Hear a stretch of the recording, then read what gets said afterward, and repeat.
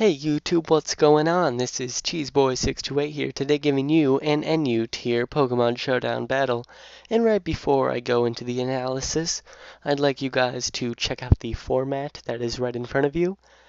So yesterday I showed you this new format with the Pokemon on top and the sprites and everything and all that really cool stuff, and thank you for commenting that you appreciated the new layout. So now I will definitely be using the new layout. And the only thing was I didn't see any comments about it, but there was black space on the left and right of the video yesterday, as well as the preview, so it kind of bothered me a bit, and I just wanted to fill up that space. So now there's Cheeseboy628 on the left and right, just so there's no annoying black space. So you guys can tell me what you think about that, if you want that to be changed with something else, if you like it the way it is, or if you want to be super cool and, make something for me for the left and right. That would be awesome. So yeah. Anyway, this is actually the first battle I had with this team, and oh my gosh, it was amazing. So let me talk about it first. So really you can tell I just took the 4 pokes that dropped down to NU and decided to use them. Honestly, I understand why some of them are NU, and I'll explain why in a second. And then, I was really excited for NU to come up again for me to upload, as I really wanted to try out this Laren set. It is Hone Claws, Autotomize, and then it has Head Smash and Iron Tail. And I thought it would be so cool, with a Violet it's going to take hits for days, and it's just going to be a powerhouse, and I love it. So for the rest of my pokes, I have a physically defensive Torkoal with a Rapid Spin and Stealth Rock, and then the other 4 guys that drop down, I have a specially defensive Scolipede for the spikes and toxic spikes, a Sub-Nasty Plot Jinx, a Curse Rest Talk Munchlax, just basically a mini Snorlax, I really like that, and then I have a Scarf Primeape, which is just fast enough to outspeed a Scarf Sock. And that's kind of the game plan with this. My Laren also has enough speed investment after 3 Autotomizes to outspeed a Scarf Sock. And there's no Socks in this game today, but it's definitely a potential threat that I may encounter in the future. So yeah, this is the first battle I had with this team, and it's really great. Now looking at his team, he has a Rampardos, and I'm guessing it's Scarfed. I won't really know yet, but I need to keep Primeape in to check that. As for Golurk, it's going to be ridiculously bulky, so I have to be careful for that, as Jinx could counter that. Luxray I don't really see too much, so I'll find out about that. Swellow I run, of course, myself. I love that set. It's going to be pretty strong, but Laren is an amazing counter to it, as a quad resist probably anything that Swellow has to give. Then there's a Haunter, which sure has some nice special attack and speed, but my Munchlax can take hits for days. But the thing is, my Munchlax can't do anything to it, as it is a Curselax. So it's definitely a stalemate between those two. So yeah, he has a very balanced team when it comes to being rather offensive.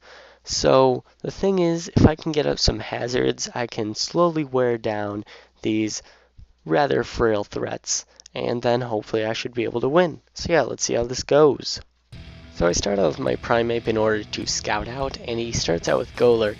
And I do have the Ice Punch, so I thought, you know what, might as well try to do as much damage as possible. And he goes for the Substitute. And then he goes for the Focus Punch, so he is a Sub Puncher, and I really doubt Primeape can take any hits, as it is pretty frail. So now I just bring in Jinx, and I'm kind of trying to threaten out this Golurk to get a free sub, but all he does is go for the Focus Punch, so definitely good play on his part. And so now I'm going to go for the Ice Beam, as I don't want to waste any more HP, and I do take out that Golurk easily. Now the Swellow comes in, and whether he goes for the Protect or not, I'm just going to bring in Laren, as I can take any hits that this Swellow has.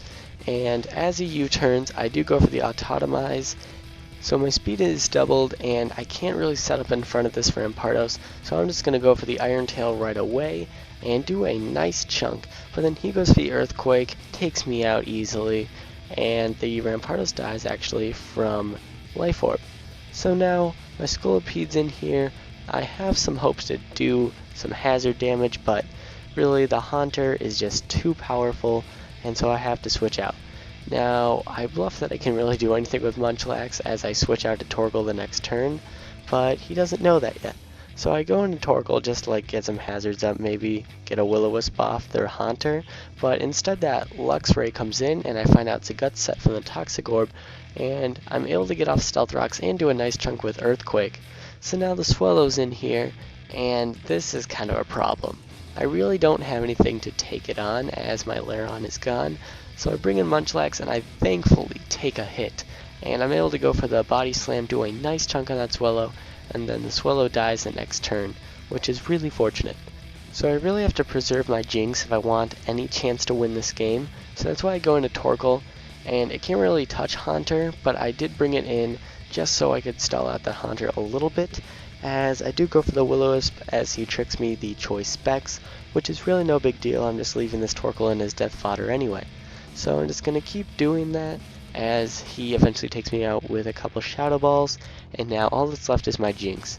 And I go for the Psychic right away. I do not want to mess around and risk him just breaking my subs over and over again, so I'll be really weak. So yeah, here I kind of make a misplay. I go for the Nasty Plot just to do as much damage as possible, and I saw he had the Lovely Kiss, but I don't go for the Substitute. And that is definitely a problem, as he definitely gets some free turns here to set up all over me. Fortunately, it doesn't seem like he has a Nasty Plot, as he just goes for Focus Blast. And really fortunate for me, he goes for the Focus Blast twice and misses both of them. So now I have a chance to go for the Substitute, and hopefully that'll give me more chances to be able to set up on this Jinx compared to it being able to set up on me. But now he does land the Lovely Kiss here, and so this is kind of a problem as he can go for the Substitute, and he can just keep going for a Focus Blast while I am pretty much useless at the moment. So the Focus Blast does hit now, and it does just about half. So thank you to Leftovers though, I barely live. And I mean so close. So thankfully though, with the Ice Beam here, I take out the sub and I have to win the speed tie. And thankfully I do. Oh my gosh, the Jinx goes down. It's 1-on-1, but Luxray doesn't have priority, and I'm naturally faster. So I'm going to take out that Luxray with the Ice Beam and win with the very narrow 1-0 victory. So that was an amazing battle, Najerk321. Alright guys, thanks for watching as always. Please let me know what you think of the layout, as I definitely want some insight and make it so you guys, think it's pleasant to at least see while watching the battle.